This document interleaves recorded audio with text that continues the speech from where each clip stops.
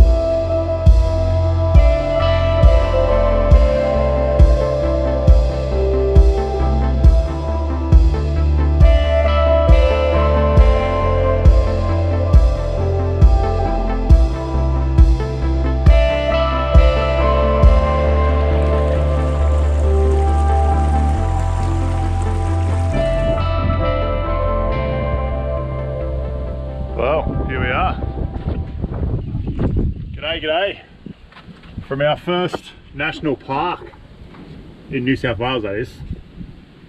My God, these last probably, I don't know, 2 or 3 weeks have really tested us. It's been piss and rain most of the time, and our setup got a little bit exposed there, but anyway, that's all sorted now, so we're all good. We're all back whole again. Yeah, and we've finally got into this Weddin National Park at Ben Hall's campground, and basically it's just a nice little forestry type area, a lot of pines, big old gums. It's absolutely beautiful.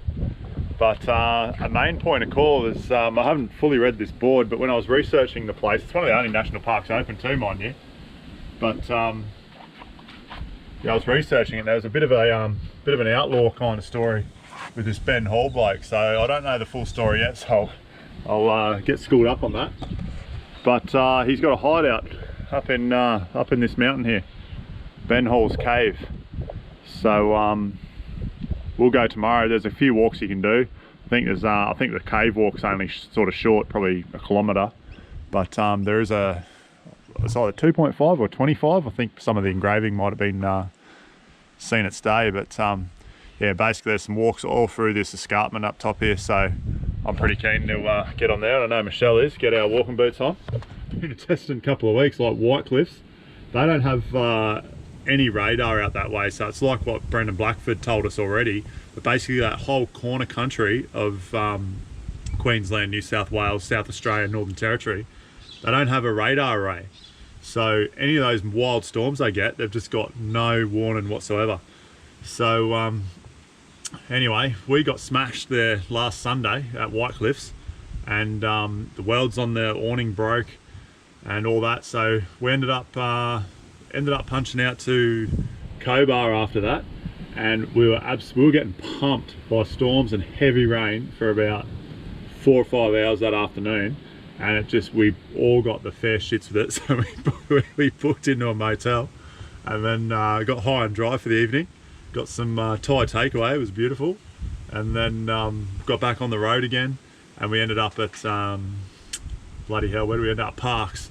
So ended up at Parks, and we camped in the showgrounds, and that was actually pretty good, even though it's just the showgrounds.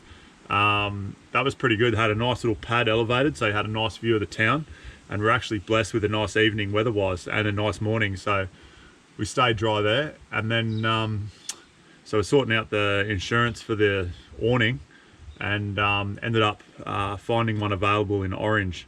So we then drove to Orange, and then we booked into a caravan park just around the corner from BCF where they had stock. So we picked that up, and I went back and we installed it and done a few other little minor fix-ups that needed to be done. So a bit of a maintenance day there, or a maintenance afternoon. And punched out today, had a bit of fun around Mount Panorama, although the weather turned it on for us again. It's just an absolute shit show here in New South Wales at the present, but the amount of road damage that there is, there's potholes everywhere. Like, yeah, they'll be fixing that for the next 12 months. But anyway, enough of the doom and gloom, because we've actually been blessed with a beautiful afternoon here. We're set up just over yonder, got a nice little stream. It is a bit gustly, so the audio might not turn out real good, but just got like nice little pine forests, and then these beautiful mountains here behind us, which we'll venture up tomorrow. Well, there's wind gusts. So the nearest town to here is a town called Grenfell. I think that's how you say it, but it's a very old town and a historic town. So there's actually a pretty nice free camping spot there too. So we're going to stay there for a night or two on our way back out of here. And they've got a pearl of a pub. I can't wait to go in there. Just absolutely brilliant. And a lot of railway sort of history and whatever in the area. So pretty keen to spend a couple of days in there as well. Just the fly up there that's ripped. We've got the Redcliffe racing tape on it, so that should hold that for the moment. But 23-0 are really good about it. He reckons he's never seen that before, so he didn't even hesitate, and he said he's going to send us a new one. So that's pretty good. So I've got that sent to my Uncle Boozer's place, which will be there in a week's time. So hopefully it's there by then, and I can swap this fly out. But as I said, we're whole again, and everything's pretty good. Only thing missing this afternoon's a rum in hand. But anyway, here for 4 days, and we'll totally explore the place and get to see one of the only national parks that are bloody open in New South Wales at the present. But anyway, Perla camp spot. Got a good bulk of wood already collected. It's predominantly wet though, so I'm not sure about a fire tonight. But we'll see what me and Mr. Jerrycan can't figure out. But anyway, ching ching. Ching ching da. We've endured the shit weather, and we've got a nice afternoon in the bush. Cheers. Mum's down there taking photos.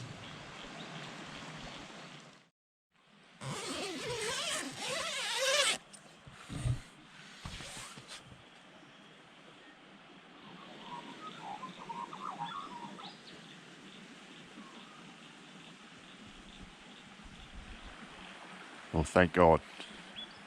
Absolutely cracking day ahead.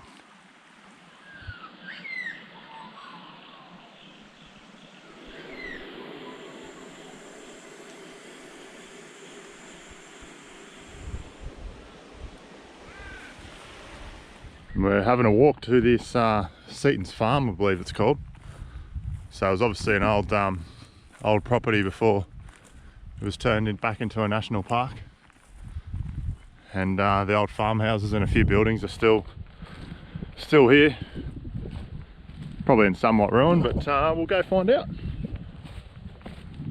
blessed with a nice day. Clouds coming over, but hopefully there's no bloody rain in it, but tends to be the pattern. But anyway, we'll go have a look at these buildings around this old farm. There's a bit of info. Old shed with all sorts of machinery, bits and pieces, parts. Unreal. So this farm was settled in 1936 and National Parks took it back in 1986. And the Seaton family established the whole lot. And it was a tough life out here apparently. Wow.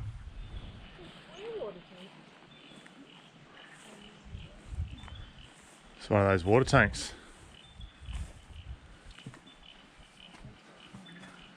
Unreal. Been patched a couple of times.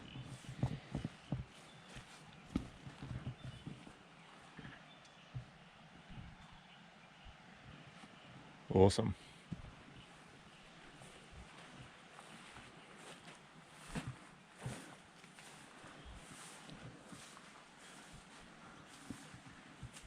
Wow.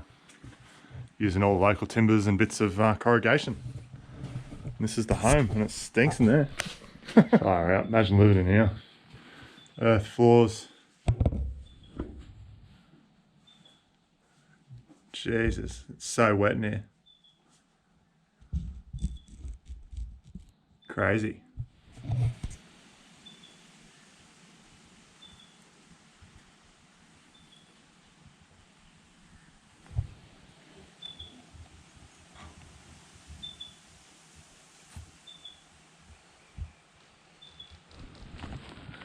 It's pretty evident that times out here in this countryside were pretty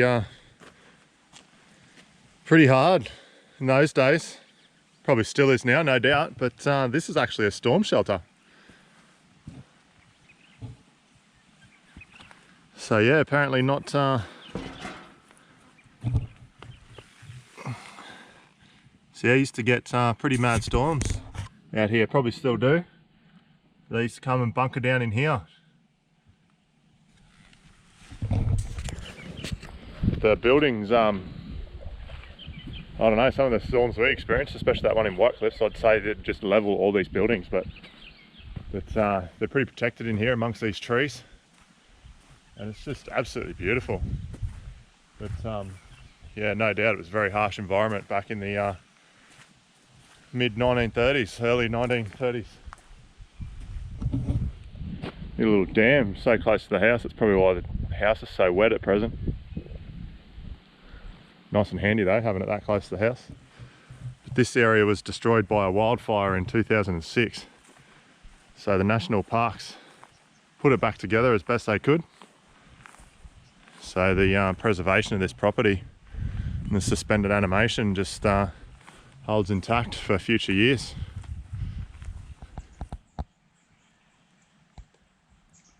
There's some old farm equipment parked up where it's been for bloody years.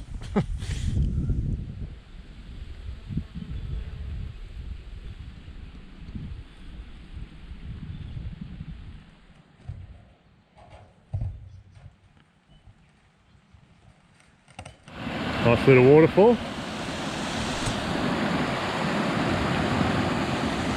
The water's got little tannins in it, but it's so clear. And here we have a pigsty.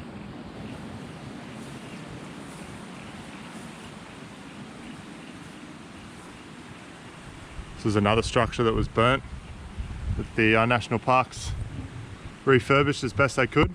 Done a pretty good bloody job.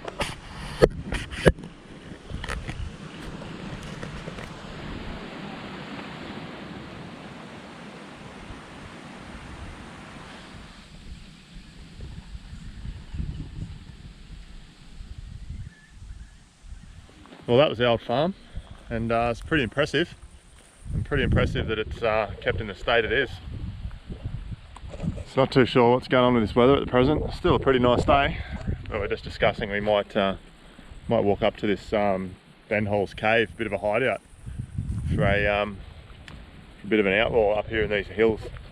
It's only a relatively short walk, but it's straight up this mountainside, so we might go up there just in case she starts raining later on.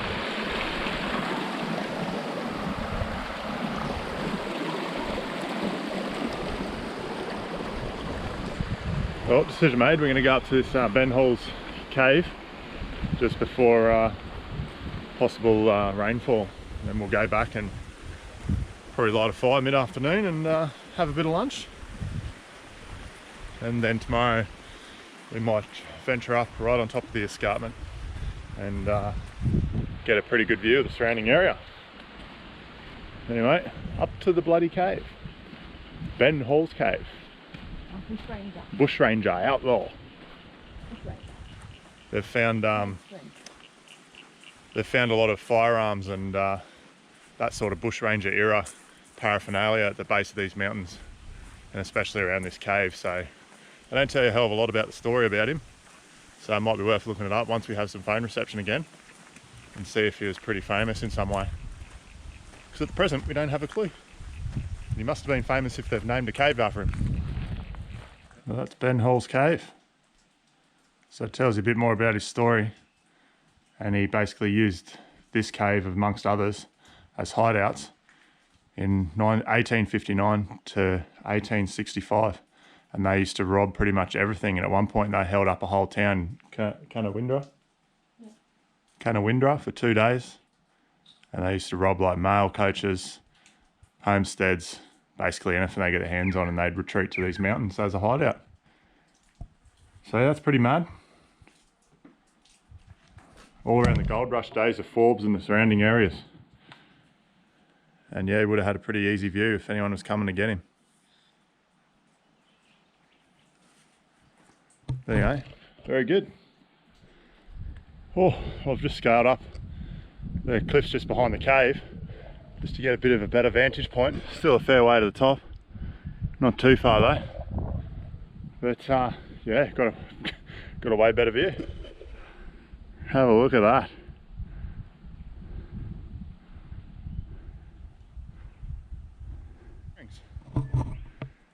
I better climb back down here now.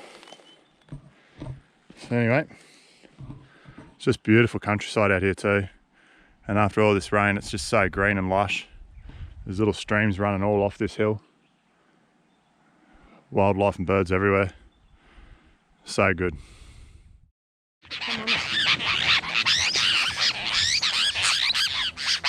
Look at that, I don't know what it is.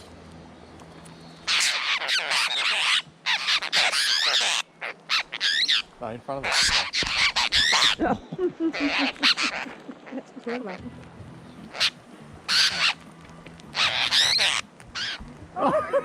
Straight at it! He saw himself in the reflection of it. What?